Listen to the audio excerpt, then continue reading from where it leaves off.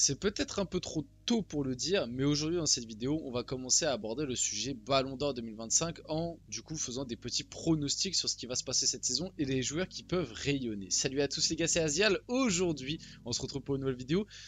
Comme j'ai dit, on va aborder le sujet Ballon d'Or déjà directement 2025. Oui, on va déjà parler de qui est susceptible de tout simplement succéder à Rodri, le Ballon d'Or 2024 à la surprise générale, on va pas se mentir. Alors certains vont dire que c'est peut-être un peu trop tôt, et en réalité c'est le cas, hein. Dans cette vidéo ça va pas être une analyse de qui je pense mérite le Ballon d'Or 2025, les gars, on est encore qu'au début de saison.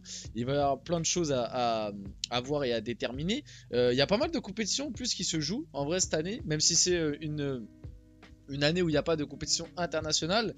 Il y a quand même la Coupe du Monde des clubs en fin d'année. Est-ce que cette Coupe du Monde des clubs va avoir un réel impact sur ce Ballon d'Or? C'est une possibilité, comme c'est quelque chose qui est organisé par la FIFA. Donc peut-être que même si bon, maintenant le Ballon d'Or est un petit peu plus avec l'UEFA, de ce qu'on a compris, mais on sait jamais, ça peut avoir son impact, donc on va parler un petit peu de tout ça, discuter des favoris, dire ce que moi je vois pour cette saison, et en même temps, tu vois, ça permet un peu de discuter de la saison à venir qui va se dérouler, mes petits pronostics par rapport à ça. Bref, avant que la vidéo commence, n'hésitez pas à la liker, à commenter, à partager, à vous abonner, ça fait toujours plaisir et ça aide pour le développement de la chaîne, et nous, on va pouvoir y aller dès maintenant. Donc, la question un petit peu qu'on se pose, qui succédera à Rodri et sera le prochain Ballon d'Or? Question un peu générale, mais moi je trouve ça très intéressant d'en parler dès maintenant. Pourquoi? Parce que ça permet un petit peu de tout simplement de parler de la saison à venir et de qui on voit favori pour aller au bout dans pas mal de compétitions. Parce que indirectement, si demain je vous dis, bon bah moi, celui que je vois gagner le Ballon d'Or en 2025, ce sera Lamine Yamal, ça veut dire qu'indirectement, tu vois Lamine Yamal et le Barça réaliser une très très grande saison. Parce que au vu du Ballon d'Or qui vient de se dérouler, j'ai quand même bien l'impression que gagner des trophées, parce qu'au final, Rodri il prend ce Ballon d'Or avec l'Euro, donc les votes ont estimé que l'Euro était plus important que la Ligue des Champions. Ou en tout cas, ça s'est joué par rapport à ça entre Vini et Rodri. Donc, je pense que le vainqueur du Ballon d'Or, ce sera le vainqueur de la Ligue des Champions. Surtout qu'on l'a vu cette année, il n'hésite pas à mettre maintenant des joueurs qui sont peut-être un peu moins bankable, un peu moins dans la statistique. Donc, on peut avoir ce risque-là. Donc, on va parler un peu de tout ça. Bien évidemment, moi, les grands favoris que je vois, ça va être du côté du Real en vrai, hein. Est-ce que Vini va avoir son année de revanche? Est-ce que Bellingham, même si c'est très très mal parti, va avoir aussi son année de revanche? Parce qu'il a fait podium, hein. Il a fait troisième, mine de rien, Bellingham. Et puis l'année dernière, il a fait 6 premiers mois exceptionnels. Je rappelle quand même que Bellingham, avant, on va dire, vers le mois de mars, février-mars, tout le monde se disait, bon, si le Real va au bout, le Ballon d'Or, ce sera Bellingham. Et même au moment de l'Euro, il y en a certains encore qui disaient, bon, moi, vu l'Euro catastrophique de Bellingham, je le donnais à Vini. Mais même certains pendant l'Euro disaient, oui, Bellingham, là, il doit aller chercher son BO, il va tout droit vers le BO. Donc, Bellingham, Vinicius, cette année, ça va être une année, entre guillemets, revanche pour eux. Même si je l'accorde que pour Bellingham, ça a l'air très compliqué, vu son nouveau rôle dans ce Real Madrid-là, etc. Il y a Mbappé.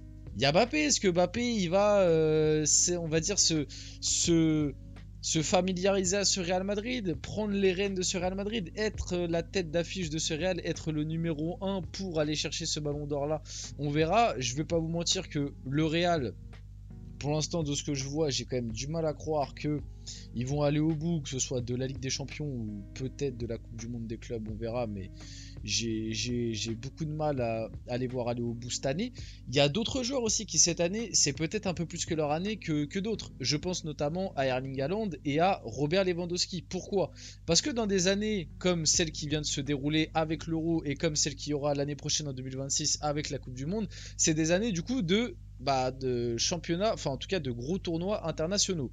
L'Euro, la Coupe du Monde, etc. Et on sait très bien, voilà, que Erling Haaland avec la Norvège et Robert Lewandowski avec la Pologne, malheureusement, ça leur fait perdre des points dans ces années-là. Parce qu'on le voit, avec le Ballon d'Or de Rodri que les grands tournois comme ça a un énorme impact sur les votes finaux du Ballon d'Or. Donc cette année, le Barça, pour l'instant, on les sent très très bien. Lewandowski est parti sur des sacrés standards. Il y a aussi Lamine Yamal côté Barça. Il y a même peut-être, pourquoi pas, Rafinha. Même si personnellement, je pense que si demain il y a un vote Ballon d'Or, la propagande côté Barça se fera plus sur Lewandowski ou Lamine Yamal. À voir qui réalise vraiment la meilleure saison. Pour l'instant, à l'instant T, Yamal est encore très jeune, c'est encore le rookie qui arrive, même s'il y a ce record de précocité à un ballon d'or que je pense il aimerait bien aller chercher, il a encore 1 ou 2 ans pour le faire. Un Lewandowski pour moi cette année peut cocher pas mal de critères pour aller chercher son ballon d'or qu'on lui a retiré. Hein, c'est quand même important de rappeler que le bon vieux Robert, en 2020, il doit être ballon d'or tous les jours. Le ballon d'or a été annulé pour je ne sais quelle raison. La raison officielle, c'est parce que la Ligue 1 ne s'est pas finie. Mais bon, cette année-là, il n'y a aucun mec en Ligue 1 qui aurait pu prétendre à une place au ballon d'or. Donc à la limite, même si tu veux pas faire un classement des top 30, du top 30 parce que tu estimes que du coup Neymar et Mbappé ils ont pas fini leur championnat donc ils ont un peu moins staté, je donne juste fais juste un numéro 1, fais pas un classement du top 30, tu fais juste un numéro 1, tu le donnais à Lewandowski parce qu'en fait cette année-là il n'y avait pas de débat, c'était Lewandowski qui allait l'avoir, on le savait tous. Quand le Bayern fait le sextuplé, que Lewandowski finit meilleur buteur, qu'il est meilleur buteur de Ligue des Champions, meilleur buteur de Bundesliga, meilleur buteur de l'année civile, qu'il est impactant dans le jeu et que le Bayern gagne tous les trophées, je trouve ça lunaire qu'il ait pas eu le ballon d'or parce qu'on l'a annulé à cause du Covid et parce que la Ligue 1 ne s'est pas finie quoi. Enfin, il n'y a pas que la Ligue 1, il y a les Pays-Bas et tout, mais bon. No offense, hein, je pense pas que dans le championnat des Pays-Bas, du Portugal ou de je ne sais où, il y allait avoir un mec qui allait potentiellement gagner le ballon d'or quoi. Donc voilà par rapport à ça. Haaland avec City, même si City avec l'absence de Rodri, ça a l'air un peu moins fort cette année. Lamine Yamal, on en a parlé. Même moi côté Bayern, il y a un Musiala. J'attends l'explosion d'un Musiala, un Kane aussi qui fera sûrement partie. Je pense des favoris. Je pense que c'est un mec qui a la qualité pour potentiellement aller chercher cette récompense-là en tant que footballeur. Maintenant, il faut des trophées, il faut des buts dans des moments un peu plus importants. On sait que c'est ça qui manque un peu à Kane, des buts dans des moments un peu plus importants. Pourquoi pas aussi si l'Inter réalise une grosse saison, un Lautaro Martinez, côté Liverpool, un Mohamed Salah, ça peut être quelque chose de possible. Je pense que j'ai dit à peu près tous les noms qui sont bien partis. Enfin, en tout cas, qui seront, je pense, dans la course pour potentiellement aller chercher cette récompense. Pour le moment, du côté des bookmakers, pour gagner, il y a déjà les votes et les pourcentages qui ont été faits. Donc, le pourcentage de chance de gagner le Ballon d'Or 2025 d'après les bookmakers, ça va se jouer entre Vini, Mbappé, Haaland, Lamine Yamal. C'est vraiment le top 3, c'est Vini, Mbappé, Haaland, qui sont à peu près à 15% les 3, quoi. Enfin, 17 Vini et voilà. Lamine Yamal un peu après, Bellingham, Lewandowski, Kane, Salah. Il y a Cole Palmer, c'est vrai, j'ai oublié de le citer un peu juste avant. Phil Foden, je pense pas, parce que côté si City, je pense que c'est Haaland. À la limite De Bruyne, City, tu vois. Foden, même si Foden a fait meilleur joueur de PL l'année dernière, mais voilà. Et Rafinha, on en a aussi parlé. Et si je dois vous donner un petit prono dans tout ça, vu que pour le moment, comme j'ai dit, je vois pas le Real réaliser une grande saison pour le moment. Je vois plus le Barça, par exemple, réaliser une grande saison. Je sens l'année rédemption pour Lewandowski. Voilà, je sens que le Ballon d'Or, on est le 31 octobre, les mecs. Hein. on est le 31 octobre, donc c'est très très tôt dans la saison. Sûrement que dans 2-3 mois, mon avis sera complètement différent, mais à l'heure actuelle, je sens bien la rédemption du Robert Lewandowski qui va chercher son Ballon d'Or qu'on lui a volé en 2020, concrètement. Qui va remporter le Ballon d'Or en premier? Ça, en vrai, c'est une question intéressante, limite qui mériterait une vidéo dédiée. Mais entre voilà les stars du Real Madrid, qui va remporter le Ballon d'Or en premier? Bah déjà j'ai envie de dire en fait normalement on le savait déjà. Normalement c'était Vini. Maintenant à l'heure actuelle, Bellingham son début de saison est pas bon. Rodrigo malheureusement pour lui il a qu'un rôle de simple remplaçant. Mbappé son début de saison est pas bon non plus. Si demain le Real gagne la Ligue des Champions, je pense que le nouveau prétendant côté Real ce sera Vini. Hein. À part si Mbappé vraiment te fait une deuxième partie de saison de fou et reprend le leadership. À l'heure actuelle, le leader de l'attaque du Real, c'est Vini.